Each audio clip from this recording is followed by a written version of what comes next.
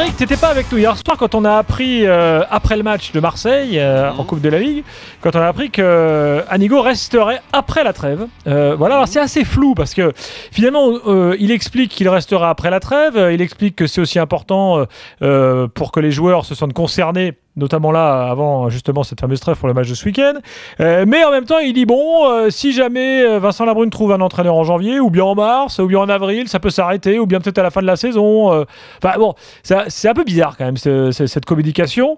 C'est-à-dire qu'en fait, on sait qu'il reste là pour finalement peut-être 15 jours de plus, puis quoi, on va aller de 15 jours en 15 jours, de semaine en semaine. Là, tu fais exprès de pas comprendre, là, j'ai l'impression quand même. Bah, excuse-moi, pour toi, c'est lisible. Bah oui, évidemment. Mais demande à Eric, il va te l'expliquer mieux parce que lui, il connaît. Donc pour toi, Eric, c'est lisible aussi, cette affaire. Lisible dans le sens. Moi, je suis pas étonné parce que rappelle-toi quand on avait parlé de la nomination de José, je t'avais dit d'après moi, il va rester jusqu'au bout. Moi, j'avais une raison simple qui était peut-être pas la bonne, mais je me souvenais de ce qu'avait dit le président de l'OM au moment de la taxe à 75%, où 5 millions pour eux était mettre en danger le club. Et quand je calcule les indemnités de Bob plus l'arrivée d'un nouvel entraîneur, je me suis simplement dit. Oui, économiquement parlant, c'est pas raisonnable. L'OM économiquement parlant n'a sûrement pas les moyens, et que si José a des bons résultats, il va aller jusqu'au bout. Enfin, l'idée c'est d'aller jusqu'au bout. Bon, mais il se trouve que là, le nul à Lyon et la victoire hier soir fait du bien, et puis voilà, et on part sur ça. Donc je suis pas du tout étonné par rapport à cette décision. Pas du tout.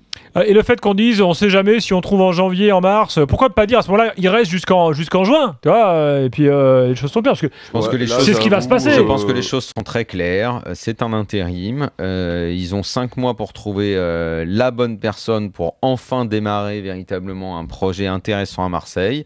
Ils ont perdu 1 an et demi avec leur précédent choix, donc le poste Deschamps. Si tu ajoutes la dernière année de Deschamps, ça fait, je dirais même 2 ans de perdu pratiquement. Il va falloir à un moment avancer, trouver le bon coach. Et je crois que maintenant, ils ont jusqu'au mois de juin pour le trouver, pour prendre des contacts. Ils se donnent la possibilité de le trouver avant en disant ça aussi. Non, mais s'ils le trouvent avant, ça ne veut pas dire que le gars rentrera en fonction. Aussi, tu vois, le mec aura le temps de se préparer. Il se peut même que le gars soit annoncé, pourquoi pas, ça peut être une éventualité. Mais Anigo va finir la saison. Il va la jouer un petit peu, vu qu'en plus, là, c'est un peu une course-poursuite maintenant. Donc, ça va être un peu à la niaque, à la grinta. Il va falloir y aller, à l'orgueil, à l'état d'esprit. Voilà. Dans la position au classement de l'OM, c'est plutôt bien d'être dans cet état-là. Et José est capable justement d'être suffisant. Exactement, je pense que José est effectivement largement capable de remobiliser tout le monde et de ne pas trop faire de cadeaux à ceux qui ne méritent pas qu'on leur fasse des cadeaux et à qui on en a beaucoup trop fait ces derniers temps.